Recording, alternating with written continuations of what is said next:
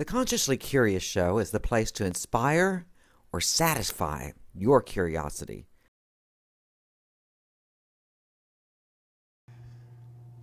Welcome back to the Consciously Curious Show. I'm Peggy Sue Skipper, and I am still talking and love talking to Helen Racz. Welcome back. Welcome. So, we were just talking in the break about how we could probably go on forever.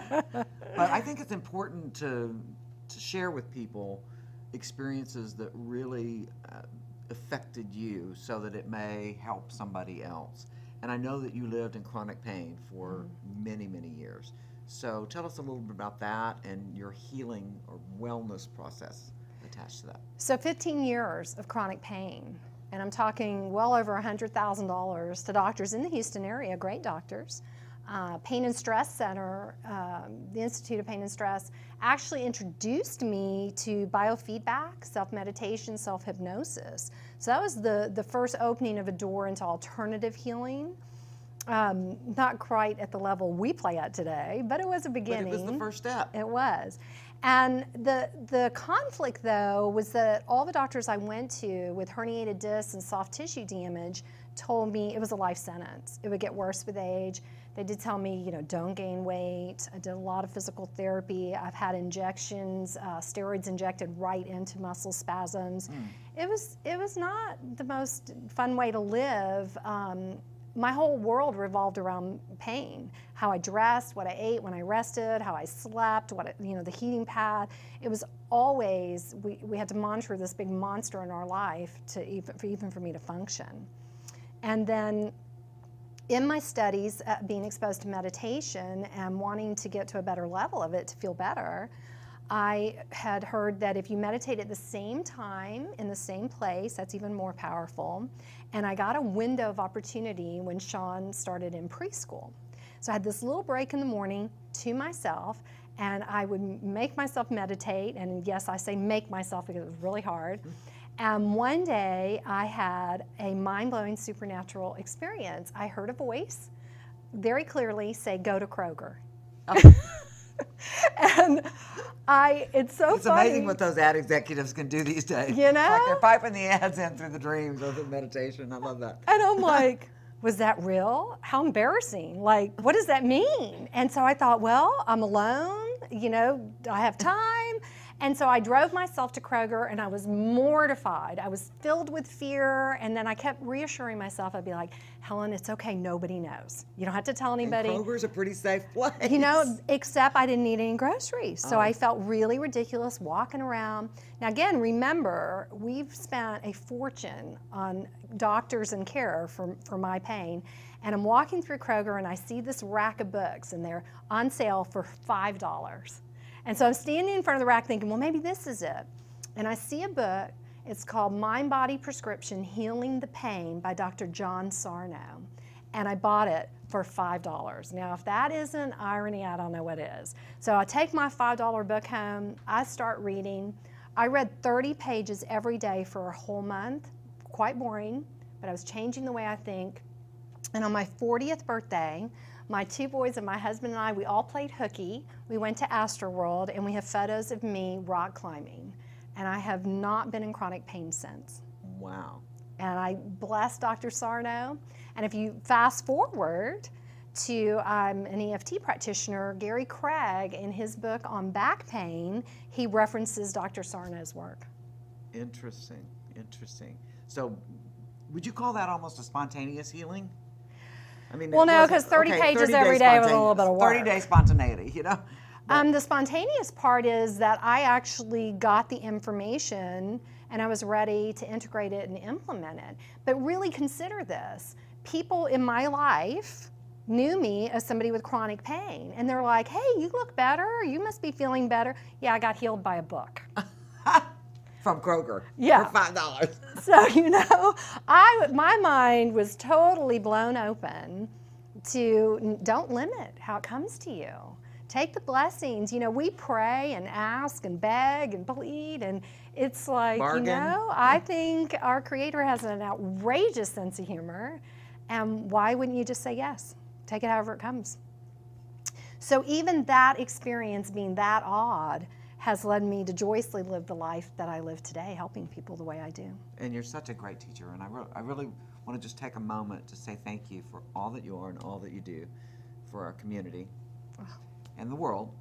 But and one of the things that we share, and I really want to get into this, because if it was just you and me sitting somewhere talking, we'd be talking about this before the session's over, you know. But let's talk a little bit about energy and what that really is, and how we are beginning, I think, to understand that we can truly, or how we manifest our lives energetically. And I know that you have classes on this, workshops on this, talks on this. You live this, and so let's talk about that and share that, because I think it really becomes everything. Because when you went through that process, when you bought that book, well, first of all, you listened to the message, even though it was Kroger. And you didn't need to go to Kroger, but you went. I did go. You found something, you bought it, you felt grateful for finding it, and then you followed through with the action necessary for it to be a benefit. And that's the process that has to happen, right? I always love to say, and I do teach a lot, and I always say, the way you create success in anything is the way you create success in everything. So even a spiritual journey, developing intuition, creating healing in your own body through the use of your mind is the same process that you would build a business, that you would develop an athletic ability and a musical ability. Unfortunately, the dreaded P word for humans, it's all about practice. It's about commitment, it's about getting a skill, and then it's about building stamina in that skill till you reach a level of mastery. Right. So that's across the board, whether it's spirituality or something very grounded. Absolutely. And I think that we've lost sight of that a little bit, especially when it comes into the spiritual arena, because it seems like a lot of people get to the point where they think, okay, it's just going to come to me. Yeah, I can just visualize an and I'll have it. Yeah. And it's like we're on Earth. We're here for a very physical experience. And I think manifesting physically is the fun of why we're here, right? Well, I can honestly say it's getting fun now because I'm really good and fast at it, but it wasn't so much fun in the beginning. Well, but you have to get to the practice. It's kind of like practicing the piano when you first start, and you have to do the, you know, I don't play the piano, but whatever that is you have to do with the metronome going back and forth. I mean, that's just boring stuff. But you have to build your foundation, and then you can build on the foundation. Because if you don't make a solid foundation, like anything else, like building a building, if you don't have that solid foundation, it's not going to hold true. And that's one thing I've always loved about you, Peg, is you can talk woo-woo with the best of anybody, and yet you're very professional. I always, people are going to ask names or references. I'm like, if Peg says she'll do something, she will, which is really lovely in any arena. So I do want to go back to what you said about energy. So I have a way that I love to share this experience with people. It's entrainment. This is a vibrational planet. Okay, it just is, and we could talk about that a lot, but I'm going to give you a quick one that you can get. So, have you ever just been feeling really good, like the kind of good where you're singing or whistling while you're cleaning house good, like there's no reason for it?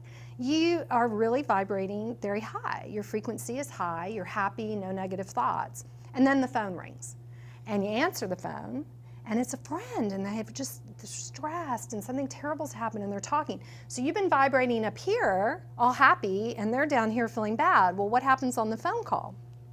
And they say, "Ooh, thank you, I feel so much better." And you hang up, and you're like, "Oh my God, I need a nap in Starbucks." Right. Right? That's entrainment. And so what I found through right action, right choice, living with a code of ethics, with a skill set for living well, 7 Habits. I always recommend that book. Embrace Those 7 Habits by Stephen Covey, and you can live very powerfully.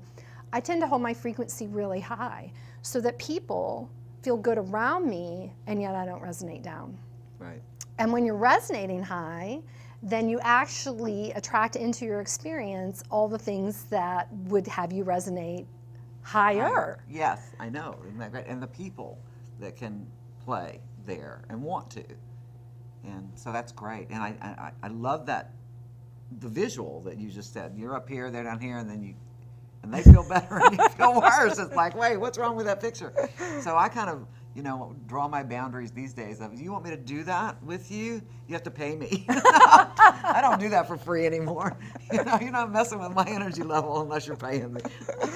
So, just kidding. But you know what I'm saying? I think it really comes down to, and I think a lot of people that are on a conscious path go through this. We get to the point where, okay, we don't want to be judgmental, but we do have to be discerning about who we invest our energy with. Well, and if you take the judgment out, it's a vibrational planet. So whatever's in your environment is vibrationally going to affect you. So if you have a bunch of physical clutter around you, you can't resonate as high as if you have more space and energy. So you want to hang out with people where you laugh a lot, where you feel younger and funnier and smarter, because then you get more and more of that. And if you were like I was, you know, hanging out with people who were telling me the pain would be forever, and it was hard to be me, and the religious beliefs where I worried and was guilt-ridden, well, I attracted experiences that reflected that paradigm. And so, you know, it's amazing. I always teach that, no, you don't create everything. You cannot one-up God, and you cannot one-up the divine plan. If we could, people like us would have already healed the planet 10 times over. But you can learn different skill sets to have a way more pleasant, more fulfilling, more enjoyable experience in your life real time. Right.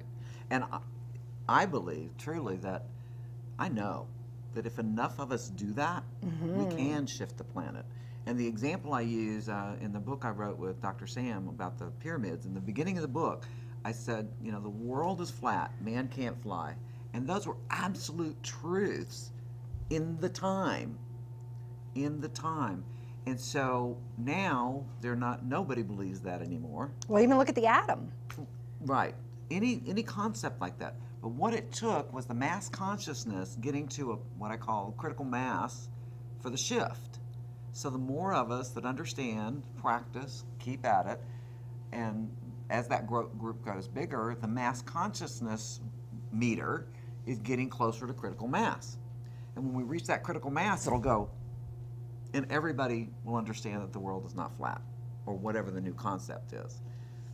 Right? I think it's coming. It's such an exciting time to be alive. It is, and we can all participate in that. Yes. I think that is, we lose sight sometimes of the real power that we have.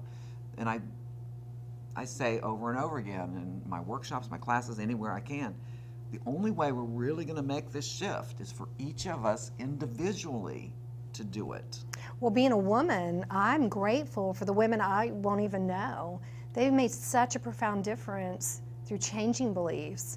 I mean, at my age, I can go back to school, I could own a business, sell a business, I could change my mind. I have so much freedom today that wasn't even possible 50 years ago. Right. Wasn't possible 100 years ago. Right. Definitely didn't work for my mom. And that's due to women before me who stood up and spoke out and faced their own fears and made great change. So yes, it ripples forward to people we won't even know. Right. Yes, women and people. And the other thing that's changed, and I say this a lot, is because we're kind of in the woo-woo category, we're really enjoying it. But 100 years ago they would have been burning us at the stake. Yeah. And I don't know anyone personally in my lifetime that's been burned at the stake. So things have gotten a lot better. We've moved much closer to that critical mass just because there's more tolerance. Yeah, and again, the video games, the kids. Yes, absolutely. They talk about energy, and one day I heard my son just recently say, oh yeah, no, my mom's I think he said a druid or a droid or something. I don't even know what he said. And I was like, is that good? And he says, that's a healer. Yeah, it's good. And I'm like, and their friend just got it. And I'm like, maybe I should check that game out. Okay. All right. This has been fun. This has been really fun. I want to keep going, but I'm told we have to cut it off. Helen, thank you so much. You're welcome. All right. Thank you for joining us. I'm Peggy Sue Skipper. This is the Consciously Curious Show, and we're going to keep talking, but you have to go away.